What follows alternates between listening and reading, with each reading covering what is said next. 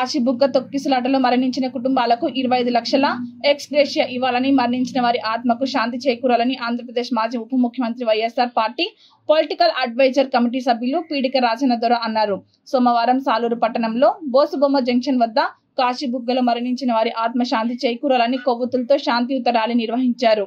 ఈ ర్యాలీ సాలూరు తహసీల్దార్ కార్యాలయం నుండి కొల్లవిధి జంక్షన్ వరకు నిర్వహించిన అనంతరం మౌనం పాటించారు. ఈ సందర్భంగా ఆయన మాట్లాడారు. దుర్గమ్మ ప్రభుత్వ దేవుడు అంటారు. మన ఇంటి దగ్గర వినాయకుడు పెట్టుకుని మీరు పర్మిషన్ తీసుకోవాలంటారు. మన రామ మందిర్ దగ్గర వినాయకుడు పెట్టుకుని పర్మిషన్ తీసుకోవాలంటారు. మన వీధిలో దేవుడు పెట్టుకునే పర్మిషన్ తీసుకోవాలంటారు.